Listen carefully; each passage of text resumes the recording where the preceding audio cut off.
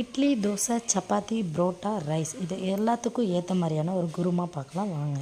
Stove on பண்ணி கடாய் வச்சு 2 spoon எண்ணெய் விட்டு பட்டை, பிரிஞ்சி இலை, 2 பெரிய வெங்காயம், 1 தக்காளி பழம் சேர்த்து கொஞ்சமாக உப்பு சேர்த்து நல்லா வதக்கிக்கலாம். நல்லா வதங்கினோன்னே 1 ஸ்பூன் இஞ்சி பூண்டு பேஸ்ட் சேர்த்து பச்சை வாசனை போகிற அளவு வதக்கிக்கலாம். இப்போ பொடி பொடியாக கட் பண்ண உருளைக்கிழங்கு கொஞ்சமாக உப்பு சேர்த்து நல்லா வதக்கிக்கலாம். இந்த பக்கம் ஒரு பேஸ்ட் ரெடி பண்ணிக்கலாம். 1 கப் தேங்காய் துருவல், சோம்பு 1/4 ஸ்பூன், 2 ஸ்பூன் பொட்டுக்கடலை, 4 பச்சை மிளகாய் சேர்த்து அரைச்சி எடுத்துக்கலாம்.